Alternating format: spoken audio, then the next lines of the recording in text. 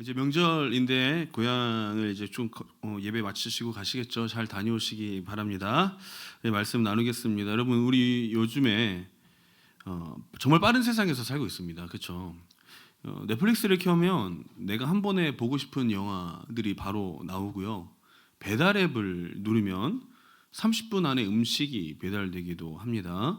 유튜브 알고리즘은 내가 무엇을 좋아하는지 나보다 더 나를 잘 알아서 정확하게 추천해 주기도 하죠. 클릭하고 터치하고 스와이프 몇 번 하면 우리가 원하는 것들이 대부분 즉시 내 눈앞에서 해결되어지는 삶을 살아가고 있습니다. 그래서 여러분, 요즘에는 기다림은 굉장히 불편한 것이 되어 버렸습니다. 그래서 이 시대가 우리에게 계속 말하는 건 이거죠. 즉각성이 확실성이다. 그러니까 빠르게 반응하는 것이 진짜이고 느리거나 보이지 않는 것은 불확실하게 느껴지는 시대를 살아가고 있다는 것이죠. 그래서 대부분 요즘에 몇 초 안에 사용자의 반응을 분석하고 바로 반응이 없으면 다른 컨텐츠로 넘어가게 되잖아요. 그러니까 시스템 자체가 즉각적인 반응을 중심으로 설계되어 있다고 해요. 그러니까 우리가 이런 구조 속에서 살아가면서 자연스럽게 빠른 반응, 그 신뢰의 기준에 대해서 깨우치게 느끼게 된다는 거죠. 근데 문제가 뭐냐면 이런 사고방식이 그대로 신앙생활에 스며든다는 게 문제예요. 내가 기도하면 바로 응답이 있어야 될 것 같고 내가 예배를 드리면 즉시 감동이 밀려와야 될 것 같다는 거죠. 예배 드리기 전에 우리 회장 민태가 얘기하는 거예요. 목사님, 요즘에 눈물이 나지 않아요.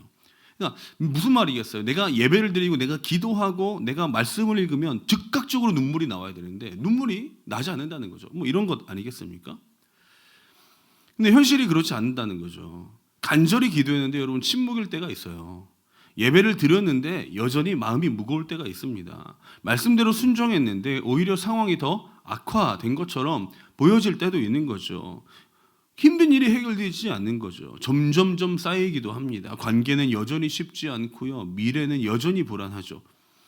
이 자리에 앉아 계시는 모든 분들이 아마 이런 경험들을 다 해보셨고 지금 하는 중일 수도 있습니다. 기도했는데 아무 일도 일어나지 않죠. 하나님이 정말 듣고 계신지 내 믿음이 흔들리는 순간들이 있잖아요. 그런데 우리가 어떻게 생각합니까? 하나님, 내 기도 듣고 계신 거 맞나요? 내가 뭘 잘못했습니까? 내가 더 열심히 해야 되나요? 아니면 하나님 정말 계신가요? 라는 생각을 하는 분들도 있을 수 있어요. 이렇게 우리는 하나님께서 즉각적으로 빠르게 분명하게 응답하기를 기대합니다. 내가 기도해서 응답받고 순종하면 결과가 나타나고 예배하면 감동이 바로 주어질 것. 근데 하나님은 그런 배달앱 같은 것이 아니죠. 하나님은 즉시 반응하는 시스템이 아니라 따라합시다. 끝까지 책임지시는 인격적인 하나님이다. 그래서 때로는 우리의 기대와 다르게 느리게 보일 때도 있고 때로는 침묵하시는 것 같기도 하고 그렇게 느껴지는 것이죠. 그때 우리의 믿음과 우리의 신앙이 하나님의 시험대에 올라가는 거예요. 우리는 하나님을 믿는다고 말하지만 사실 우리는 하나님을 믿기보다 하나님을 느끼고 싶어 합니다. 감동이라는 것으로 느끼고 싶고 응답이라는 것으로 느끼고 싶어 하죠. 확인할 수 있는 증거로 느끼고 싶어 합니다. 눈에 보이고 내 손에 잡히는 그 무언가가 있어야 안심된다는 거예요. 그래서 아무것도 느껴지지 않으면 질문이 생기는 거죠. 정말 하나님이 나와 함께하고 있는 것인가?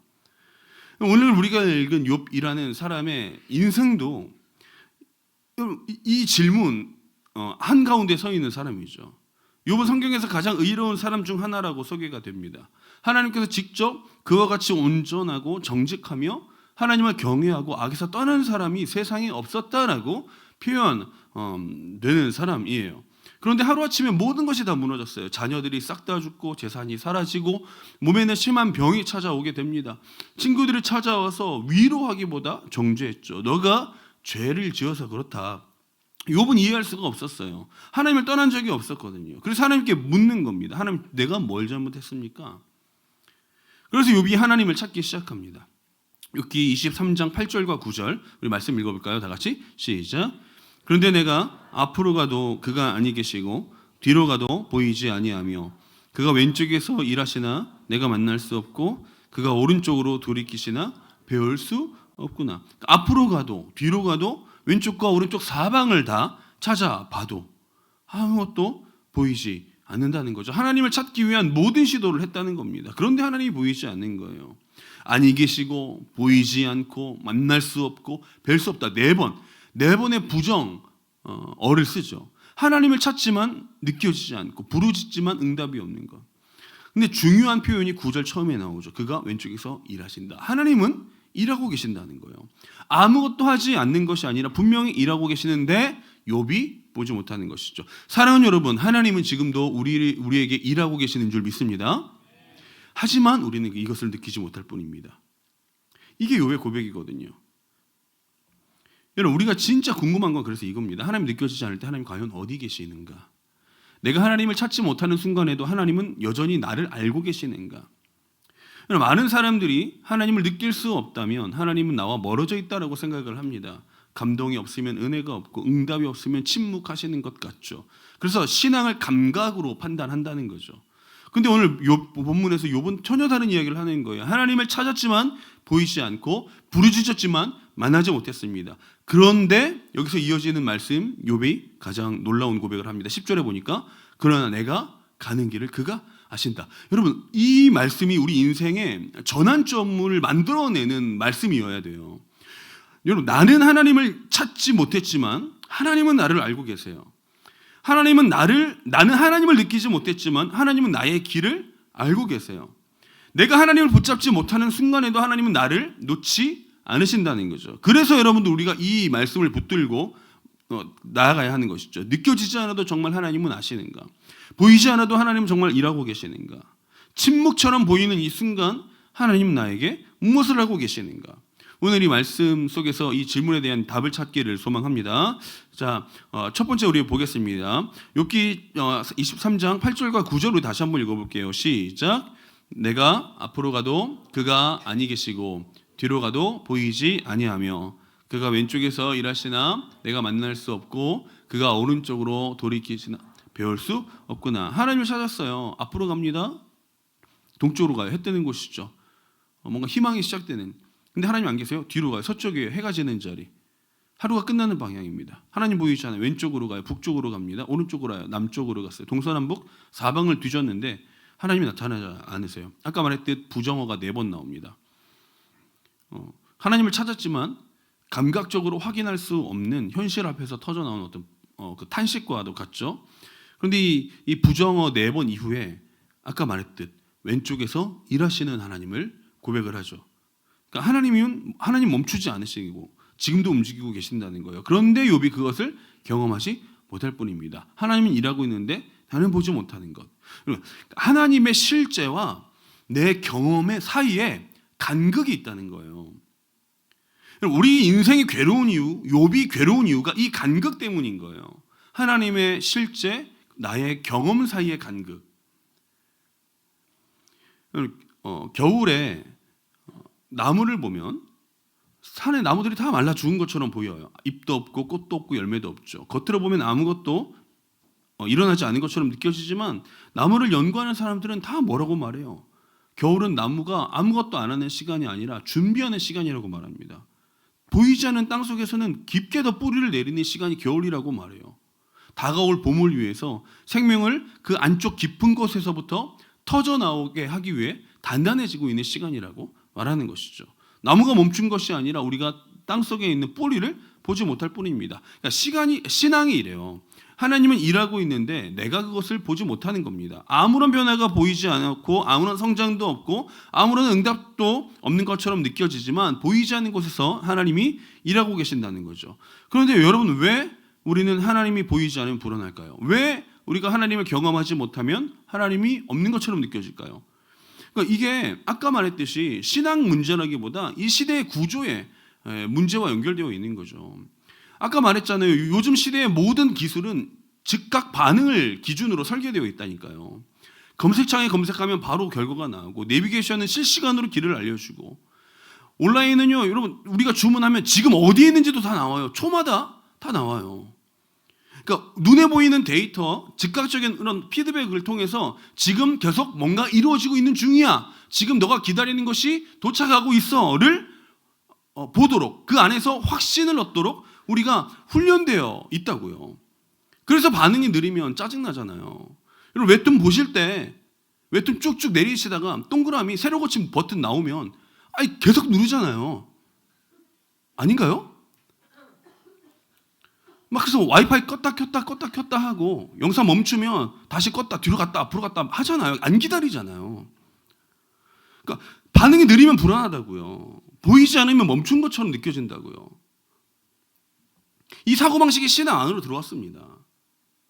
즉각적인 응답, 즉각적인 감동, 순종의 즉각적인 열매를 지금 당장 취해야 된다고요. 요한복음 20장에 도마가 등장합니다. 다른 제자들이 우리가 주를 보았다라고 말했지만 도마는 믿지 못해요. 도마가 뭐라고 말해요? 내가 그의 손에 못자국에 내 손을 넣어보고 그 창자국에 내 손을 넣어보지 않으면 내가 믿지 않겠다. 그러니까 보고 만지고 확인해봐야 내가 믿을 수 있다라고 말하는 거죠. 일주일 후에 예수님이 나타났어요.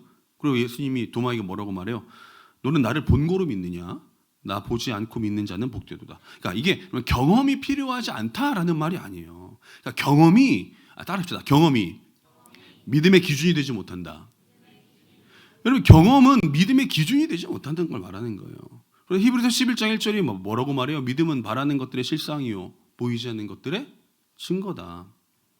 믿음은 보이는 것을 붙드는 것이 아니라 보이지 않아도 하나님을 신뢰하는 걸 말하는 거예요. 그래서 욥이 우리에게 보여주는 건 뭐예요? 하나님을 경험하지 못해도 앞으로 사방으로 다녀도 내가 하나님을 보지 못하고 경험하지 못했어도 하나님 지금 일하고 계십니다. 하나님은 보이지 않아도 지금 거기 계십니다. 하나님 느껴지지 않아도 지금 계십니다. 라는 고백을 했다는 거예요. 여러분 하나님을 경험하지 못했다고 해서 내가 하나님이 나를 모르는 걸까요? 내가 하나님 느끼지 못하고 하나님께서 나를 외면하시는 걸까요? 아니에요. 욥의 고백을 보면 알잖아요. 그러나 내가 가는 길을 그가 아신다. 읽어볼까요? 욥기 23장 10절 앞부분 시작. 그러나 내가 가는 길을 그가 아신다. 뭐라고 시작? 그러나 욥의 고백이 바뀌는 거예요. 8절과 9절에선 욥이 4번이나 하나님이 보이지 않는다라고 말했는데요. 그렇죠?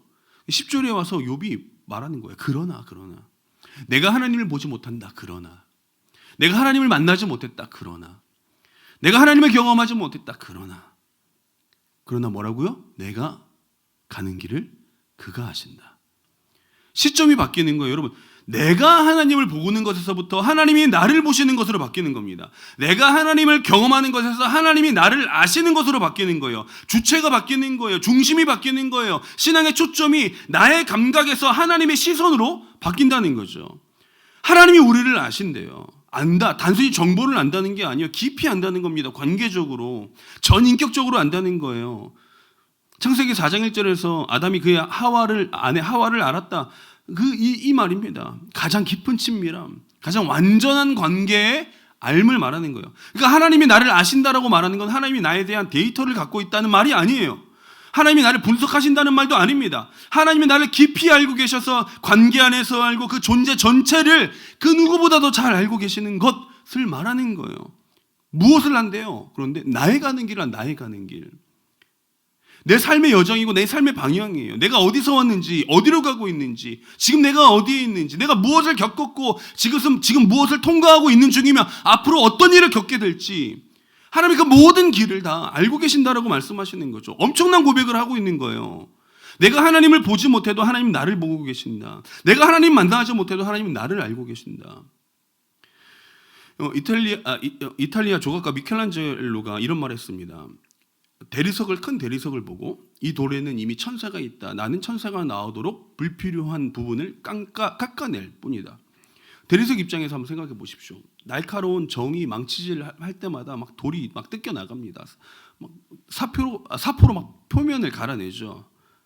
대리석은 조각가를 볼 수가 없어요. 그냥 반복되는 그 타격감만 느낄 뿐이죠. 조각가는 근데 달라요. 이미 그 완성된 형상을 알고 있습니다. 그 조각가가 무작정 이제 돌을 때리는 게 아니라 돌 안에 있는 그 형상을 보고 있기 때문에 망치질하는 것을 멈추지 않는 거죠. 그러니까 욥이 겪는 침묵과 고통이 이런 거라는 거예요. 감각적으로는 하나님을 볼 수가 없어요.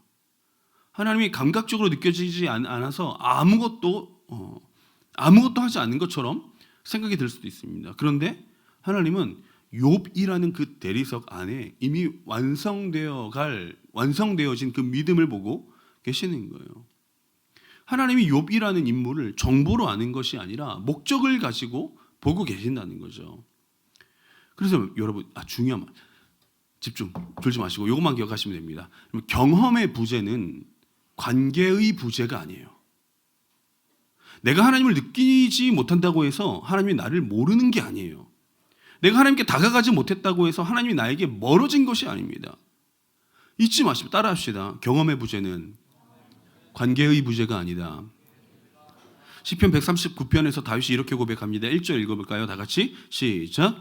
여호와여 주께서 나를 살펴보셨으므로 나를 아시나이다. 하나님은 내가 앉고 서는 걸 다 아세요. 하나님은 내 생각을 다 아세요. 하나님 나의 길을 살피시고 내가 눕는 것, 내가 일어서는 것, 내 혀의 말까지 다 알고 계세요. 내가 하나님을 느끼지 못하는 순간에도 하나님은 나를 보고 계세요. 내가 기도하지 못하고 말이 막혀서 숨이 턱턱 막히는 그 상황에서도 하나님은 내 탄식을 듣고 계세요. 하나님 어디 계세요? 하나님이 계십니까? 라고 묻는 그 순간에도 하나님은 이미 내 길을 알고 계세요. 그래서 여러분 신앙생활은요 하나님을 경험하는 것이 아닙니다.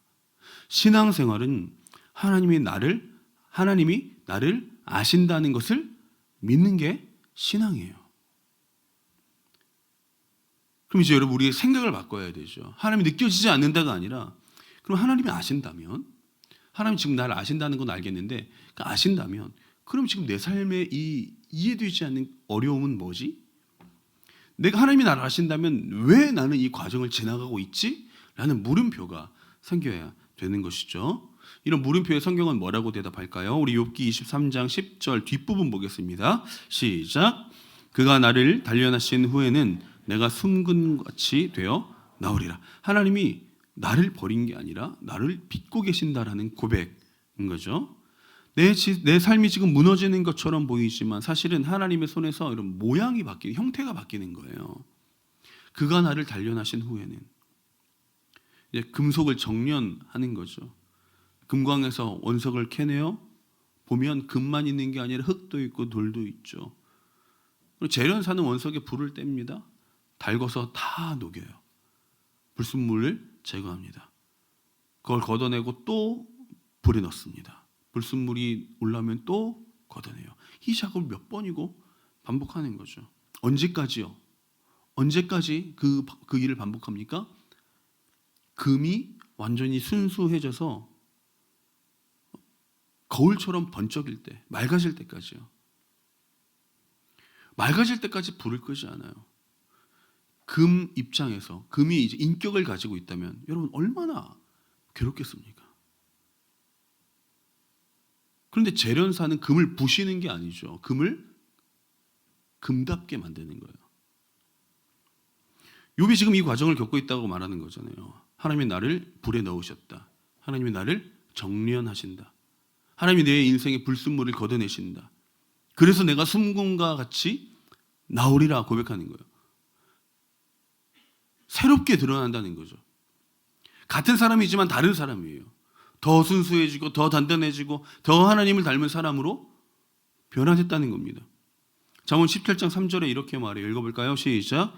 도가니는 은을, 풀무는 금을 연단하거니와 여호와는 마음을 연단하시. 하나님이 결국 하시는 일은 뭐라는 거예요? 우리 안에서 우리의 마음을 연단하시는 거예요. 베드로전서 1장에도 말해요. 불은 연단해도 없어질 금보다 불로 연단해도 없어질 금보다 더 귀한 믿음이 있다. 로마서 5장도 말하죠. 환난은 있는 연단은 소망을 낳는다. 그러니까 성경이 말하는 건 뭐예요? 고난은 우리를 무너뜨리기 위한 도구가 아니라 우리를 빚어 가시기 위한 과정이라고요. 악기를 만드는 장인은 아무 나무나 쓰지 않는데요. 따뜻한 골짜기에서 편하게 자란 나무가 아니라 높은 산 위에서 매서운 추위와 바람과 폭풍을 온몸으로 맞아가며 자란 나무만 찾는다고 말합니다. 왜요? 그 나무는 살아있으려고 나뭇결이 더 촘촘해지고 단단해지고 응축되어 있다고 해요. 그래서 혹독한 시간을 견딘 나무는 정말 좋은 소리를 멀리 깊게, 맑게, 크게 울리는 악기로 만들 수 있다고 합니다. 이게 연단이죠. 폭풍은 나무를 뽑아버리고 끊어버릴 것 같아 보이지만 사실은 나무를 좋은 소리를 낼 수 있는 악기 재료로 만들어 간다는 거예요. 신앙도 이런 거죠. 하나님이 우리를 단련하실 때 우리는 그걸 감각적으로 파괴한다고 느낄 수 있습니다. 내 관계를 망가뜨리고 내 감정을 파괴하는 것처럼 느껴질 수 있어요. 그런데 하나님은 다른 거죠. 하나님은 지금 우리를 울림이 좋은 사람으로 만들어가고 있다는 거예요. 상황이 좋아서 찬양하는 것뿐만 아니라 상황이 무너져도 하나님과 공명할 수 있는 사람. 감동이 있어야만 예배를 드리는 사람이 아니라 감동이 없어도 말씀에 붙어서 어떻게든 살아내려고 노력하는 사람으로 우리를 새롭게 만들어 가시기 위한 것이라고 말하는 거죠. 욥기 23장 11절 읽어볼까요? 시작. 내 발이 그의 걸음을 바로 따랐으며 내가 그의 길을 지켜 치우치지 아니하였고 내가 그의 입술의 명령을 어기지 아니하고 정한 음식보다 그의 입의 말씀을 귀히 여겼도다. 하나님이 보이지 않아도 순종했다는 거예요. 하나님이 느껴지지 않아도 치우치지 않았다는 겁니다. 감동이 없어도 하나님의 말씀을 떠나지 않았대요. 경험보다 말씀을 더 귀히 여겼다는 겁니다. 이게 순금과도 같은 신앙이에요. 보이지 않아도 믿는 것, 느껴지지 않아도 순종하는 것, 응답이 없어도 기도하는 것, 감동이 없어도 예배하는 것.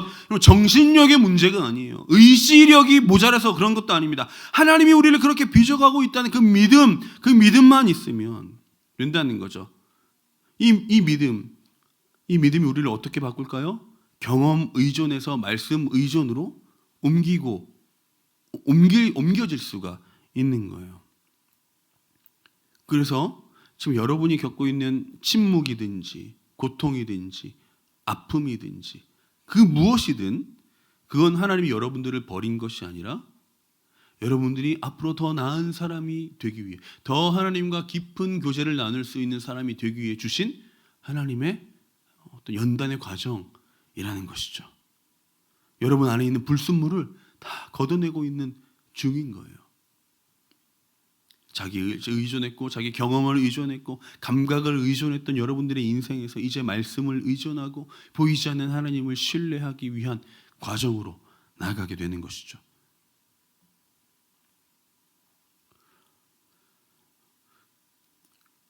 재련사가 금에 불을 넣을 때 금은 다 녹아내려요.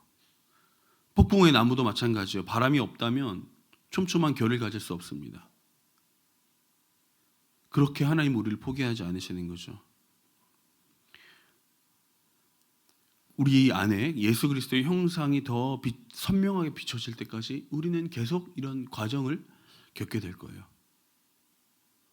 로마서 8장 29절에 보면 뭐라고 말하냐면요. 하나님이 우리를 부르신 목적에 대해 말하는데 그 아들의 형상을 본받게 하기 위함이다라고 말해요. 하나님이 지금 여러분들을 탄식만 나오는 어떤 삶의 어려움을 경험하게 하는 것은 여러분들 망가뜨리려고 하시는 것이 아니라 그리스도를 닮아가게 하시려고요. 당신의 육체의 질병이든 관계의 깨어짐이든 그 무엇이든요. 순금처럼 정말 좋은 악기처럼 하나님과 함께 더불어 살아가는 인생으로 빚어가기 위함 때문입니다. 사랑하는 여러분, 그런 지금 여러분들이 불 속에 있는 것 같아도 폭풍 속에 있는 것 같아도 하나님은 여러분을 버리지 않았다는 사실을 잊지 마시고 여러분들의 길을 아시는 하나님을 온전히 신뢰할 수 있는 저와 여러분들이 되시기를 주님의 이름으로 축복합니다. 하나님이 보이지 않는 시간은 하나님이 부재한 시간이 아니에요. 하나님이 보이지 않는 시간은 하나님 우리를 더 깊이 만지는 시간이라는 사실을 믿음으로 고백하시길 바랍니다.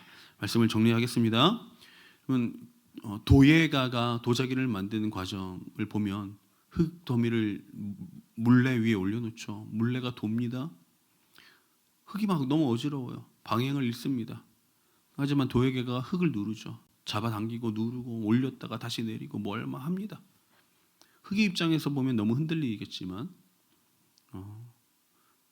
그렇게 도예가는 모양을 잡아가요. 마지막에 가마 속으로 들어가죠. 뜨거운 불 속입니다. 그런 도예가는 작품을 망가뜨리는 것이 아니라 완성하고 있는 것이죠.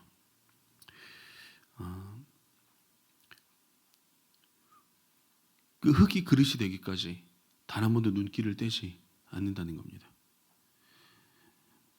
세상은 우리에게 보여야 진짜고 느껴져야 확실하고 즉각적인 반응이 진짜다라고 말하는 세상에서 우리가 살고 있지만 복음은 다르게 말해요. 보지 못하고 믿는 자들은 복되도다라고 말하죠.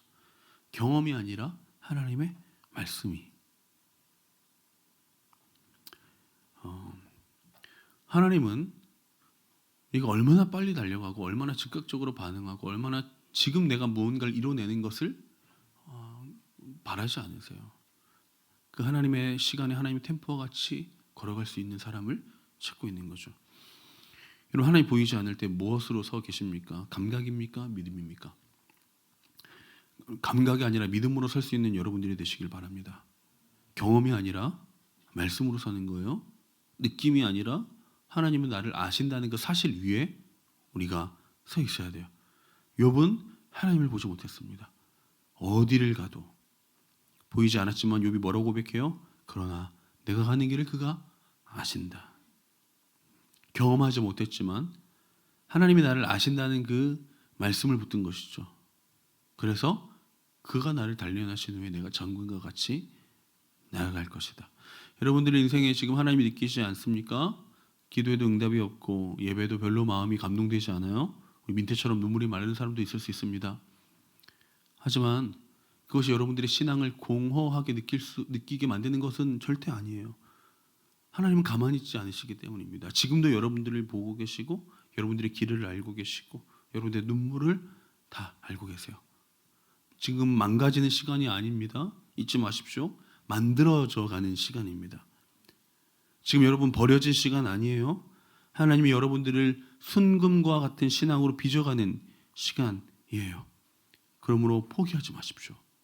하나님이 느껴지지 않는다고 그 자리를 떠나지 마시고, 감동이 없다고 예배를 내려놓지 마시고, 응답이 없다고 순종을 멈추지 마십시오. 보이지 않아도 믿으시고 느껴지지 않아도 순종하십시오. 경험하지 못해도 말씀을 붙들고 오늘 한 걸음을 나아가십시오.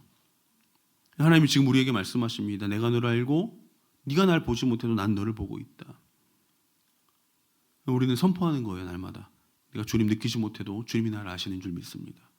내가 주님 보지 못해도 주님 나를 보고 계시는 줄 믿습니다. 내가 이해되지 않아도 주님은 지금 나를 위해 일하고 계시는 줄 믿습니다. 이런 믿음의 고백, 날마다 이 고백이 선포되는 삶을 살아가십시오. 잊지 마세요. 하나님이 느껴지지 않는 순간은 하나님과 멀어진 순간이 아닙니다. 하나님이 가장 가까이서 나를 만지고 있는 것이죠. 잊지 마십시오. 신앙은 하나님을 느끼는 능력이 아닙니다. 신앙은 하나님이 나를 아시고 계시다는 그 사실 위에 우리가 담대히 설 수 있는 거예요. 그것이 용기죠, 용기. 오늘도 우리를 붙드신 하나님을 바라보시며 이해되지 않아도 끝까지 붙으실 수 있는 순금과 같은 신앙생활을 하시기를 주님의 이름으로 축복합니다.